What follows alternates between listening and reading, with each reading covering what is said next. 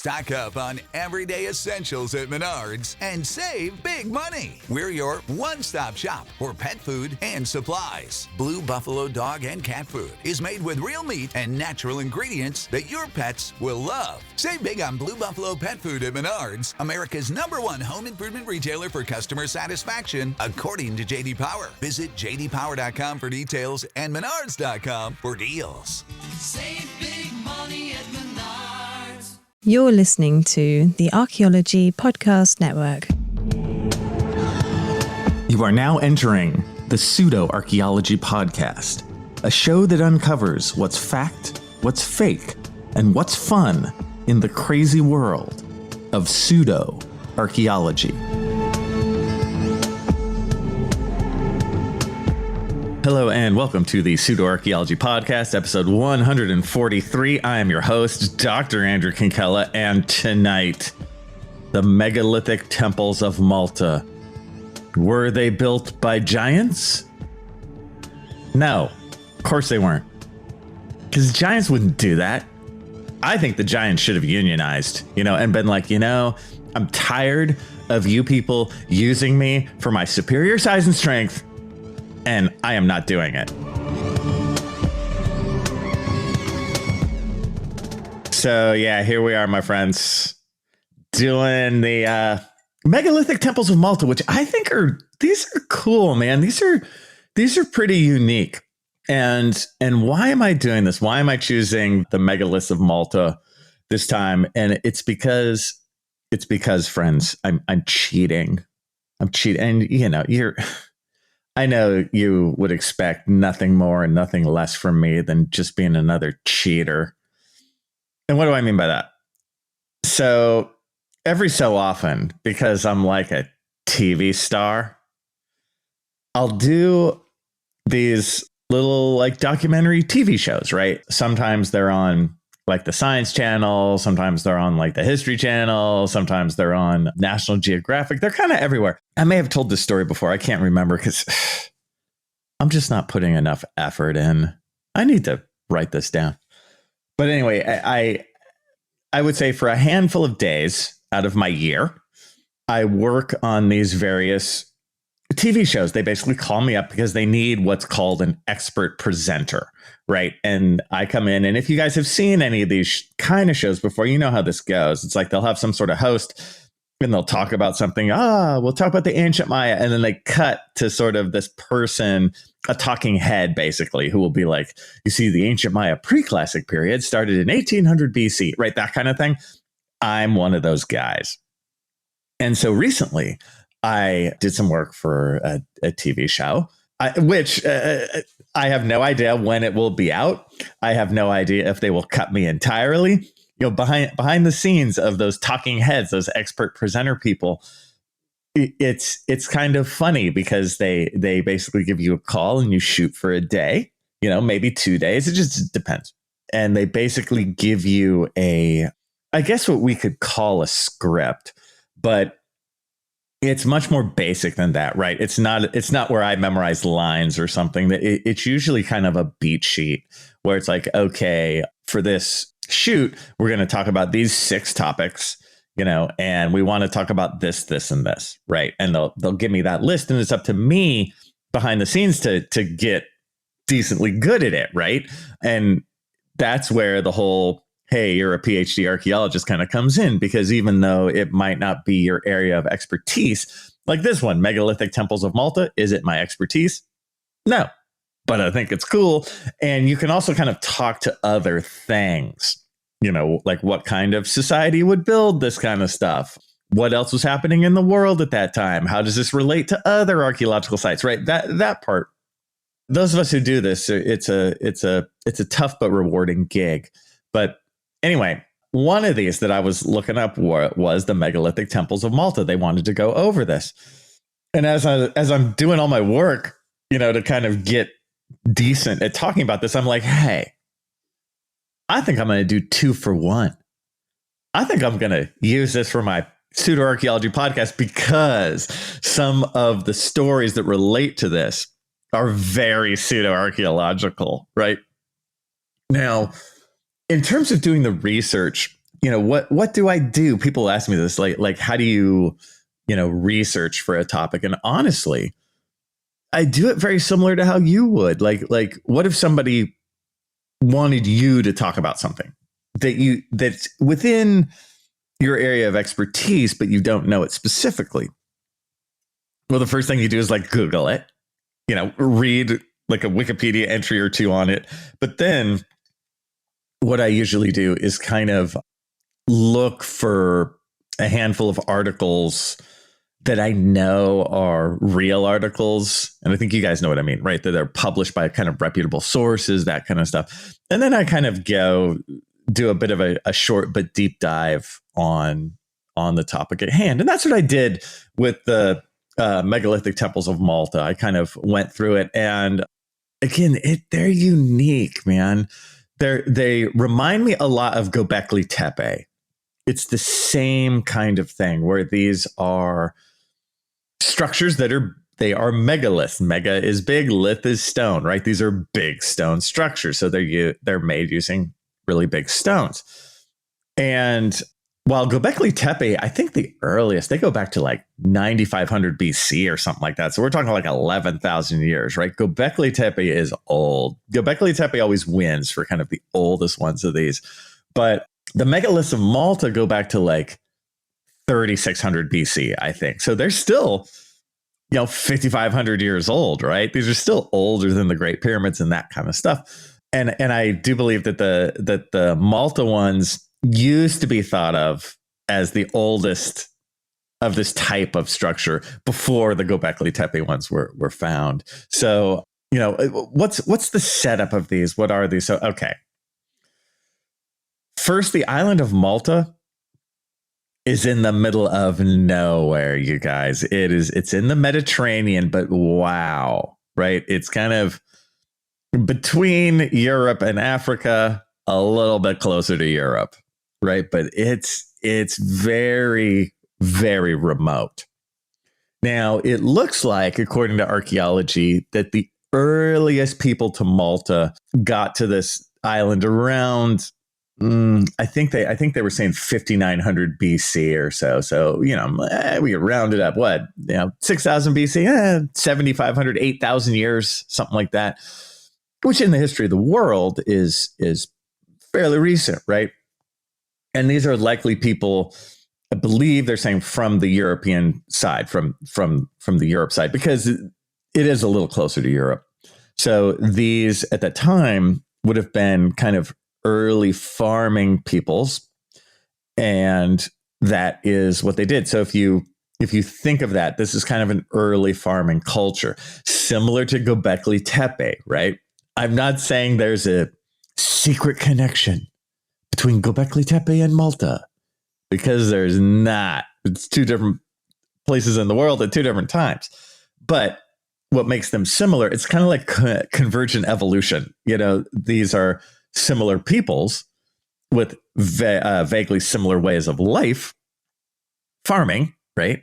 And in order to kind of maintain group cohesion, they build interesting kind of the equivalent of like a community center, right, in the middle of their town. You can think of this also as, how in every old European town, it'll be this little town, and then they have this like big ass cathedral, little tiny town, big ass cathedral. It's the same ideology, right? Where the community comes together and they make this centralized structure. Now, I don't want to oversell the megalithic temples of Malta. They're not, 100 feet tall or something like this. Again, they're similar to Göbekli Tepe or other situations where in the Malta case, there's like these seven structures, how they are made is there's sort of like an open, I guess you could call it a forecourt or like a little plaza or something. There's an open area. And then on one edge of it, you have this stone structure with these interior rooms called apses, right? And the interior rooms are much more private. So you kind of have, and I think they kind of come in pairs, but you kind of have one with like 2 rooms or 4 rooms or 6 rooms, right? but these are the private portions. And then you have this more public outer area and that the private area and then the kind of the delineation on one side of the public area is all made with these big stones. And to look at them, you go, oh, that's cool. And there's some carvings and stuff on some of these stones, I believe. But you go, oh, this had to be obviously organized labor. This is obviously something that was planned out. This is obviously something where the community came together to make these really interesting, cool megalithic temples. Now, was it doable by a farming society of, 6,000 years ago? Sure. Very doable to get a group of people together to make these kinds of things. Again, it wasn't some fantastical, impossible thing. Very reasonable for that period of time. And very cool, very unique and interesting. When we return, a deeper dive into the megalithic temples of Malta. Save on O'Reilly Brake Parts Cleaner. Get 2 cans of O'Reilly Brake Parts Cleaner for just $8. Valid in-store only at O'Reilly Auto Parts. O'Reilly Auto Parts. College Savings Iowa is now iSave 529, and it can do more than take your child to college. It's their passport to a bright future, because funds can be used for K-12 tuition, trade schools, graduate degrees, books, and everything they need to get anywhere they want to go. Register by September 30th at iowa529contest.com for a chance to win a $5,290 contribution. iSave 529 for every child, for any adventure. Stock up on everyday essentials at Menards and save big money. We're your one-stop shop for pet food and supplies. Blue Buffalo dog and cat food is made with real meat and natural ingredients that your pets will love. Save big on Blue Buffalo pet food at Menards, America's #1 home improvement retailer for customer satisfaction, according to J.D. Power. Visit jdpower.com for details and menards.com for deals. Save big money at Menards. Hello and welcome back to the Pseudo Archaeology Podcast, episode 143. And we have been discussing the megalithic temples of Malta. Very cool, kind of unique. These not super huge temples, but made with very big stones. And as I said, these make a lot of sense for early farming societies as an area to for a community to gather, right? Maybe organize, maybe worship. Right, that would make sense. Very similar to a modern community center or church in a small town, right? We get that. And again, these were made, the earliest ones were made in about 3600 BC, and they built them and maintained them for a while, for about 1,000 years or so. I think it petered out around 2500 BC. So an impressive, kind of cool structure that this community made and kind of kept going. Now, people are curious, like, oh, what kind of stone are they made out of? Well, guess what? Local stone, right? It happens to be limestone in this case. This is, boy, I think we're talking late Neolithic. I think I'm right on that. Is it Neolithic or is it early Bronze Age? I think we're late Neolithic. That's fine.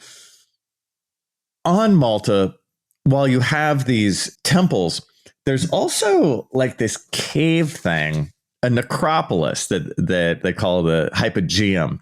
And to my feeling of this one was a bit harder for me to figure out for sure. I think this was a natural cave that the people of Malta carved out, right? And made it a place where they buried some of their dead. And what's interesting about this cave on Malta is some aspects of it are similar to the temples, to the above ground temples. The idea of the apses, that they have on the above ground temples, these more private areas. In the cave too, they kind of carved out these little alcoves, and it's sort of with a similar idea. Gee, the same people on the island with the same ideology? You don't say. And the age, when the cave was in use thing does seem to track with when the temples above ground were built. So hey, these early farming groups are, having rituals and this kind of thing in the underground cave, and they're doing rituals and this kind of thing on the above ground structures, right?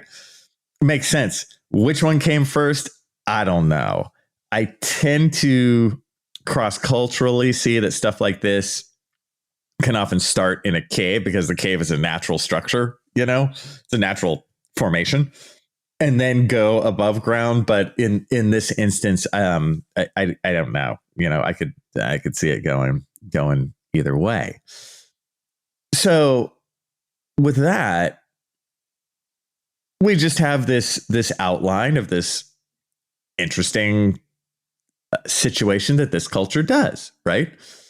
They have rituals in this cave, and they have these above ground structures and both of which work as community tent poles, where everyone can kind of come together and be part of this community and do things that human beings like beyond just growing food all the time, like getting together and sharing in rituals and gluing everyone together as one. Now, to mess everything up, of course, you have every pseudo-archaeological story you need that overlays this stuff in Malta. I mean, just that you have a cave. Oh, Lord, you know what's coming here, right? And of course, these structures, too, are labeled with every single pseudo-archaeological story. So let's go down the list. First, as I alluded to at the very beginning, that the temples were built by giants. Now, there is, on Malta, they have their own mythology that does deal with giants, and that's no problem. Mythology is fun and it makes natural sense. The big stones moved by giants. But then, of course, there are factions out there that will use this mythology as like, yes, proof that there were once giants because somebody told a story about giants. So, is there evidence of giants? Well, not yet. I know we haven't dug up the entire island. We're still looking for the giant bones, but I'm sure they're right around the corner. And then in terms of the cave, the hypogeum, in the early 20th century, the cave was first found, I believe, in 1902. Yeah, I think the cave was found in 1902 by a local stonemason who was building some houses like right down the way, like right near the cave.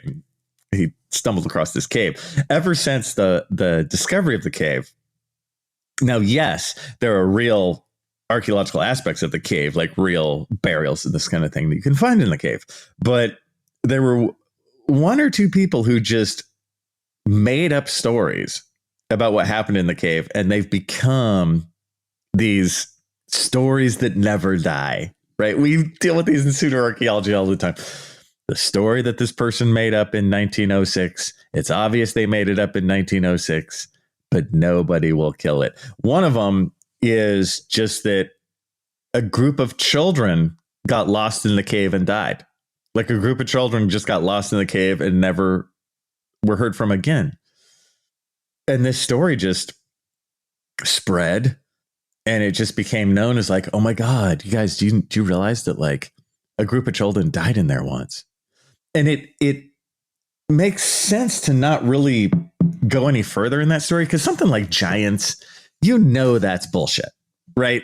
But if you hear that like a group of children got lost in a cave and died, there's no reason not to believe that, because it's real. There's nothing supernatural about that. That's just a sad story, right?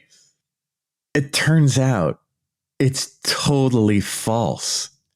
There's no record of a group of children ever going in that cave and dying.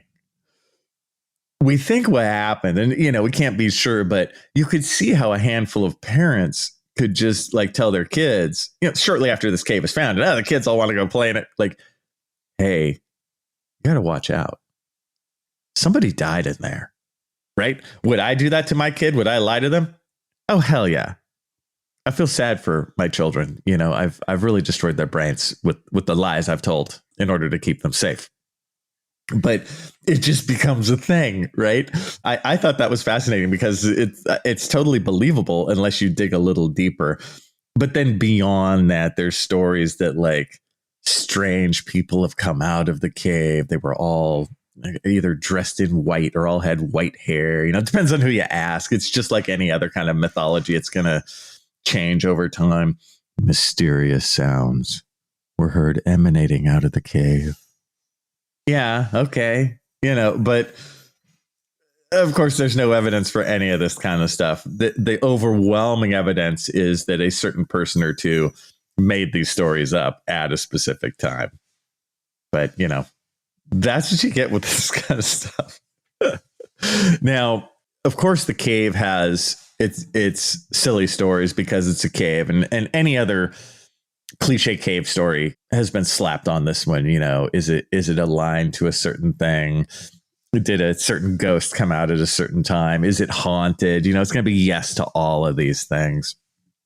But what actually has even more pseudo-archaeological stories attached to them, if anything, is the above ground temples.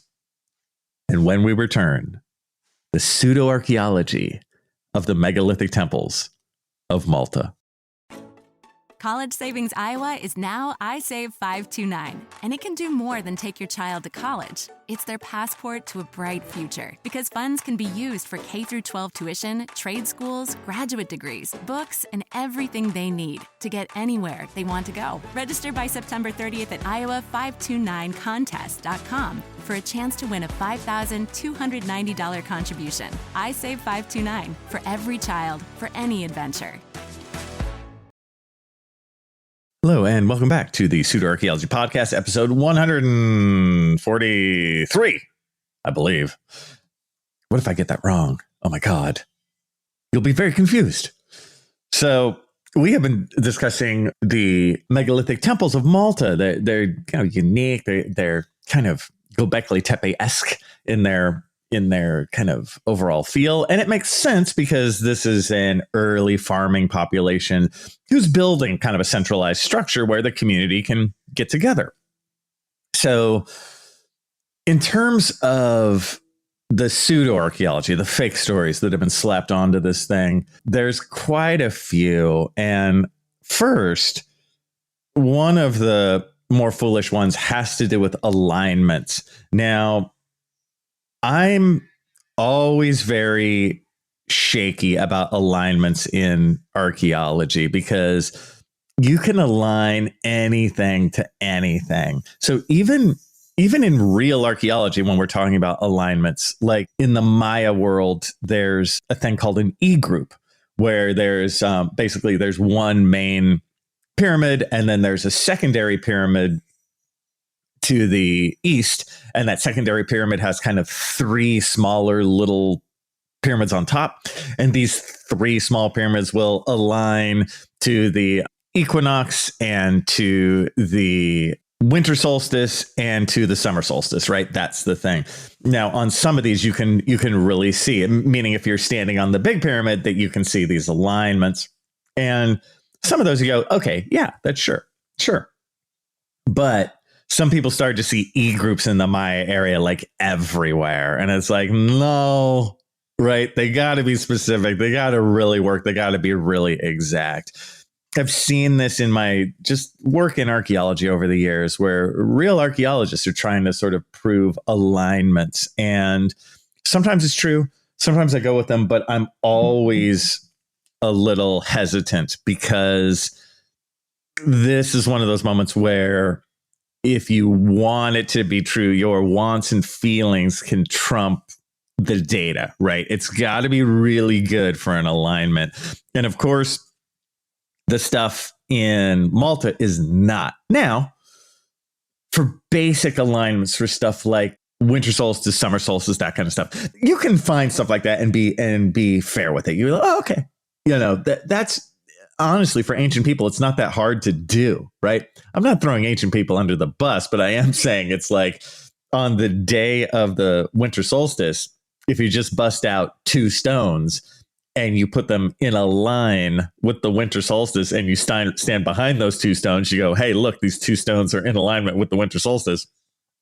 That's easy. It's easy to do, right? Just about any culture can do that. So it's not like, oh my God, they were so much closer to nature than we are. They could put two stones together and align them to the summer solstice. If only I could do that. Right? It's like, no, this is no big deal. Right? So that stuff, you see it? Okay. But of course, they take the alignments at the temples of Malta to extremes. Right? And of course, we got to bring in our old friend and foil, Graham Hancock, in what's the show that he just did? Ancient Apocalypse.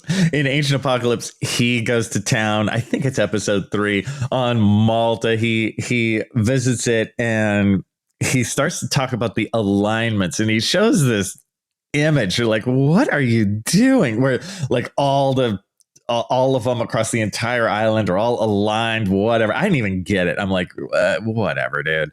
But he does start to talk about procession, and it's like, oh my God. So, all right, I got to make this make sense to you guys. So first, procession is the idea that the Earth wobbles on its axis. That is true. The wobble is very slow. It takes 26,000 years for one full wobble to happen. And what do I mean by the Earth wobbling? If you guys spin a top, right? You spin a top, and you know how when the top starts to lose its energy, how it wobbles a little, it kind of, right? Does that little kind of wobble. It doesn't stay like stick straight, starts to wobble. That's precession.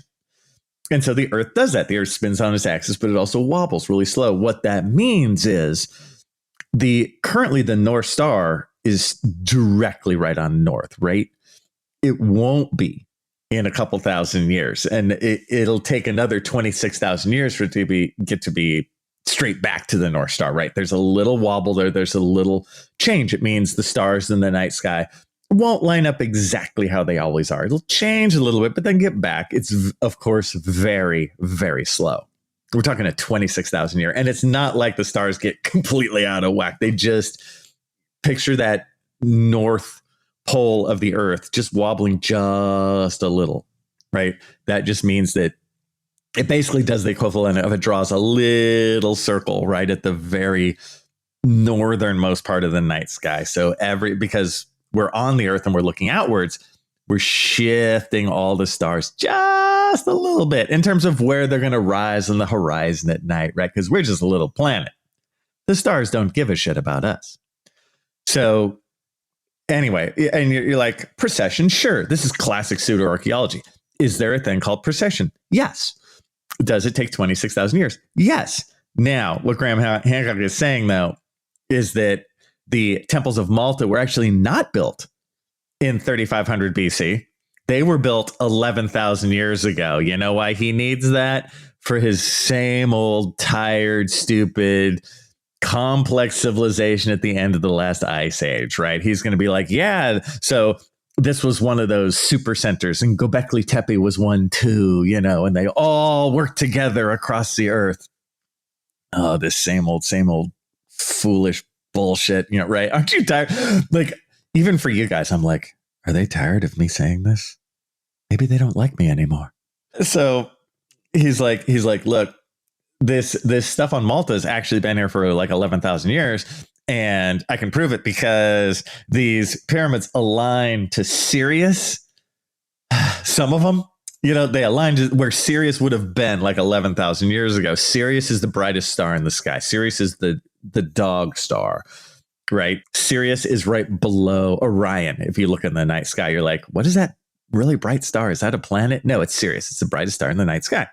And he says that some of these pyramids were aligned to Sirius, whatever. This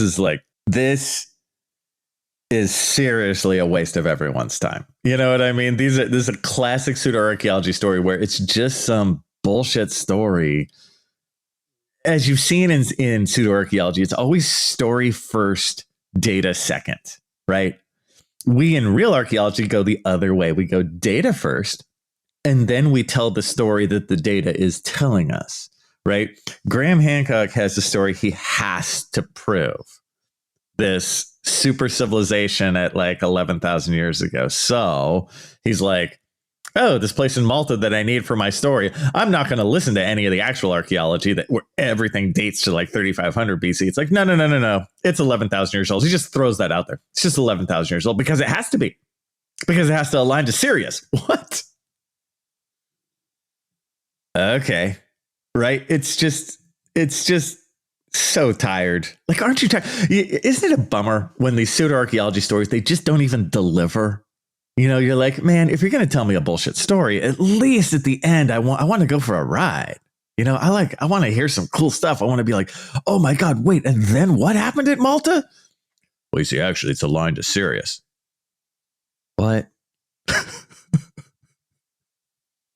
Like, man, you know, and it just negates everything that the actual cool story of these early people of Malta, you know, coming across the Mediterranean to the middle of nowhere in like 7,500 years ago and beginning a farming society that survives for thousands of years. And at one point they make these really cool, unique little temples out of really big stones, right? And they have this vibrant ritual and social system that lasts for over 1,000 years at least, right? And then ultimately they just change things and they do something different and they move on with their lives. And there weren't any giants at all ever. And with that sad portion of this story, I leave you, my friends, and I'll talk to you next time. Thanks for listening to the Pseudo-Archaeology Podcast. Please like and subscribe wherever you like and subscribe. And if you have questions for me, Dr. Andrew Kinkella, feel free to reach out using the links below or go to my YouTube channel, Kinkella Teaches Archaeology. See you guys next time. This episode was produced by Chris Webster from his RV traveling the United States, Tristan Boyle in Scotland, DigTech LLC, Culturo Media, and the Archaeology Podcast Network, and was edited by Rachel Roden. This has been a presentation of the Archaeology Podcast Network. Visit us on the web for show notes and other podcasts at www.archpodnet.com. Contact us at chris@archaeologypodcastnetwork.com.